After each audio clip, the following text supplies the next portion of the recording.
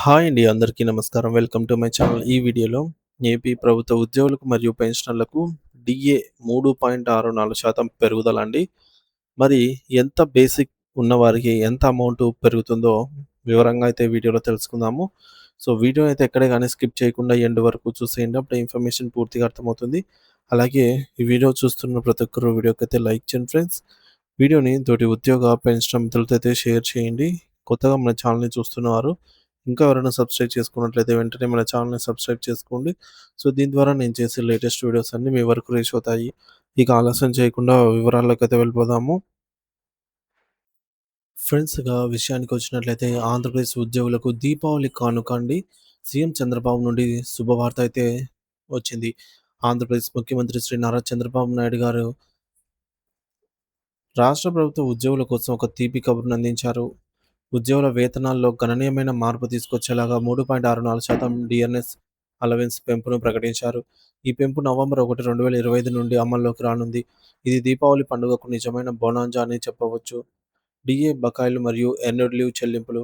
ప్రభుత్వం కేవలం డిఏ పెంపును కాకుండా ఉద్యోగులకు పెండింగ్‌లో ఉన్నటువంటి బకాయిలను కూడా త్వరలో విడుదల చేయనుంది. డిఏ బకాయిలు జనవరి 2024 నుంచి ఇప్పటి వరకు సుమారుగా 7,000 కోట్ల రూపాయల విలువైన డిఏ బకాయిలు పెండింగ్‌లో ఉన్నాయి. వీటిని ప్రభుత్వం త్వరలో విడుదల చేయడానికి కసరత్తు చేస్తోంది. ఎర్న్డ్ లీవ్స్ బకాయిలు దాదాపు 830 కోట్ల రూపాయల విలువైనటువంటి ఎర్న్డ్ లీవ్స్ కూడా ఉద్యోగులకు బకాయిలుగా ఉన్నాయి.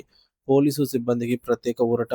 ముఖ్యంగా పోలీసు సిబ్బందికి సంబంధించి ఎర్న్డ్ లీవ్ ఎన్‌కాష్‌మెంట్ 2 విడతల్లో చెల్లించాలని ప్రభుత్వం నిర్ణయించింది. ఇది పోలీసు బలగాలకు ఒక పెద్ద ఆర్థిక మద్దతుగా నిలుస్తుంది. కొత్త డిఏ టేబుల్ మీ బేసిక్ పేకి ఎంత పెరుగుతుందో తెలుసుకోండి. ప్రస్తుతం ఉన్న 33.67% డిఏ నుండి 37.31%కు డిఏ అనేది పెరుగుదల అనగా 3.64% డిఏ అనేది పెంపు వల్ల ఉద్యోగుల నెలవారీ వేతనాల్లో గణనీయమైనటువంటి పెరుగుదల అయితే ఉంటుంది. మీ బేసిక్ పే ఆధారంగా మరి ఎంత ఎంత బేసిక్ పే వారికి ఎంత అమౌంట్ పెరుగుతుంది అనేది ఇప్పుడు ఈ టేబుల్‌లో చూద్దాం ఫ్రెండ్స్. ఫ్రెండ్స్ ఈ టేబుల్ గమనించండి. సో, బేసిక్ పే అనేది రూ. 20,000 ఉన్న వారికి ప్రస్తుతం 33.64% అంటే ఓల్డ్ డీఏ ప్రకారంగా రూ. 6,734 మాత్రమే అందేది. కానీ ఇప్పుడు కొత్త డీఏ ప్రకారంగా 37.31%తో రూ. 7,462 అనేది డీఏ రూపంలో రావడం జరుగుతుంది.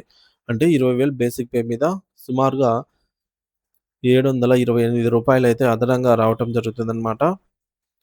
మరి 20,700 బేసిక్ పే ఉన్న వారికి మరొక రూ. 753 అదనము. అలాగే రూ. 25,600 బేసిక్ పే ఉన్నవారికి రూ. 932, 30,500 బేసిక్ పే ఉన్నవారికి రూ. 1,110 అదనంగా రావటం జరుగుతుంది. 35,400 బేసిక్ పే వారికి రూ. 1,289 అదనం. అలాగే 40,300 బేసిక్ పే వారికి రూ.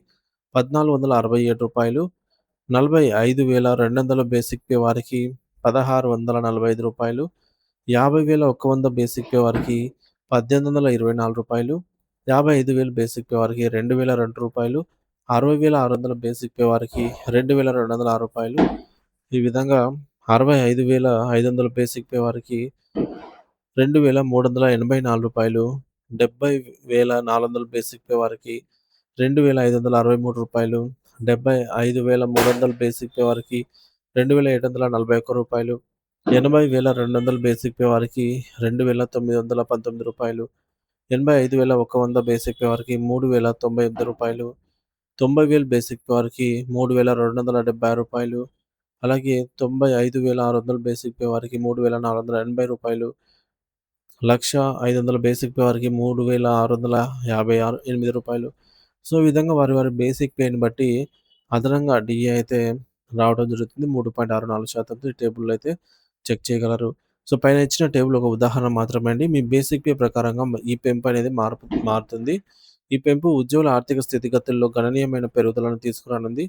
ముఖ్యమంత్రి చంద్రబాబు నాయుడు గారు ఉద్యోగుల సంక్షేమానికి కట్టుబడి ఉన్నామని, రాష్ట్ర ఆర్థిక పరిస్థితులు మెరుగుపడగానే మరిన్ని ప్రయోజనాలు కల్పిస్తామని హామీ ఇచ్చారు.